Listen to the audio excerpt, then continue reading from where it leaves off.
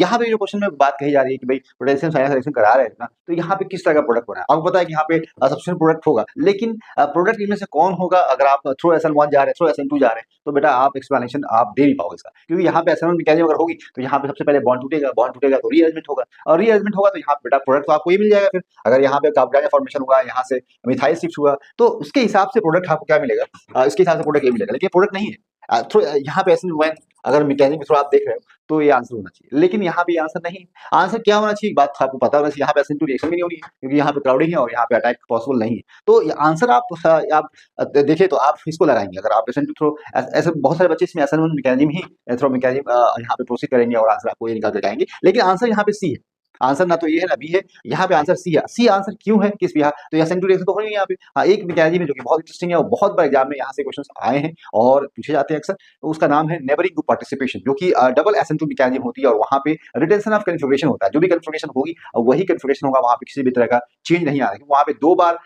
Inversion of configuration होता है, जिसकी वजह से सेम कन्फिगरेशन होगी, उसको हम रिटेंशन ऑफ कन्फिगरेशन बोलते हैं, जहाँ पे सब्स्टिट्यूशन रिएक्शन हो रही है। तो यहाँ पे अगर देखें इस जो भी स्ट्रक्चर दिया हुआ है, फिनाइल दिया हुआ है, और फिनाइल के साथ अगर आप देखें यहाँ पे Br है और यहाँ पे आपको OCH3 है, और यहाँ पे इसके रिस्पेक्ट में ये जो बॉन्ड दिख रहा है ना, ये जो है आप यहाँ पे डबल बॉन्ड जो होता है ना, ये अटैक इसके ऊपर करता है इस तरह से, और इसको बोलते हैं नेबरिंग ग्रुप पार्टिसिपेशन। ये जो फिनाइल ग्रुप है जो कि यहाँ पे नेबरिंग ग्रुप पार्टिसिपेशन की तरह काम करता है, जो कि SN2 रिएक्शन यहाँ पे शो करेगा, और यहाँ पे SN2 रिएक्शन होगा तो आप कह सकते हो कि इस तरह से आपको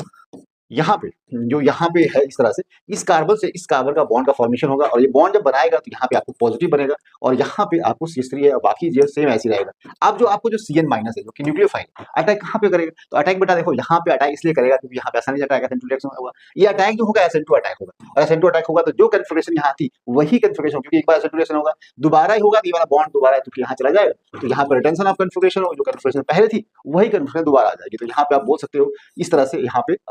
क्या था, यहाँ इसी कार्बन पे क्या था, OCH3 था ना, यहाँ पे OCH3 था।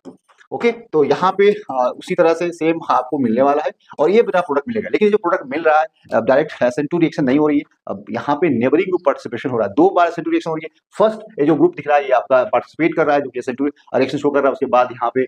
दूसरी बार जो न्यूक्लियोफाइल है जो अटैक करेगा और वहां फिर से दोबारा रिएक्शन होगी, जिससे रिटेंशन ऑफ कन्फिगरेशन हो जाएगा। तो यहाँ पे जब भी इस तरह से ग्रुप है, नेबरिंग ग्रुप है और यहाँ पे Z है, इसको हम नेबरिंग ग्रुप बोल सकते हैं, जिसके पास लोन प्योर नेगेटिव चार्ज हो और ये आसानी से पार्टिसिपेट करता है और यहाँ पे रिएक्शन इस तरह से बनाता है। दूसरी बात जो न्यूक्लियोफाइल है वो अटैक करके यहाँ पे SN2 अटैक होता है, फिर यहाँ पे SN2 अटैक होगा, और इस वजह से आप लिख सकते हो यहाँ पे रिटेंशन ऑफ कन्फिगरेशन, क्योंकि यहाँ पे देखिए तो यहाँ पे सब्स्टिट्यूशन तो हो रही है, ओवरऑल यहाँ पे न्यूक्लियोफिलिक सब्स्टिट्यूशन हो रही है, बट यहाँ पे रिटेंशन ऑफ कन्फिगरेशन हो रहा है, इसलिए ये खास बात है कि NGP यहाँ पे भी होगा, नेबरिंग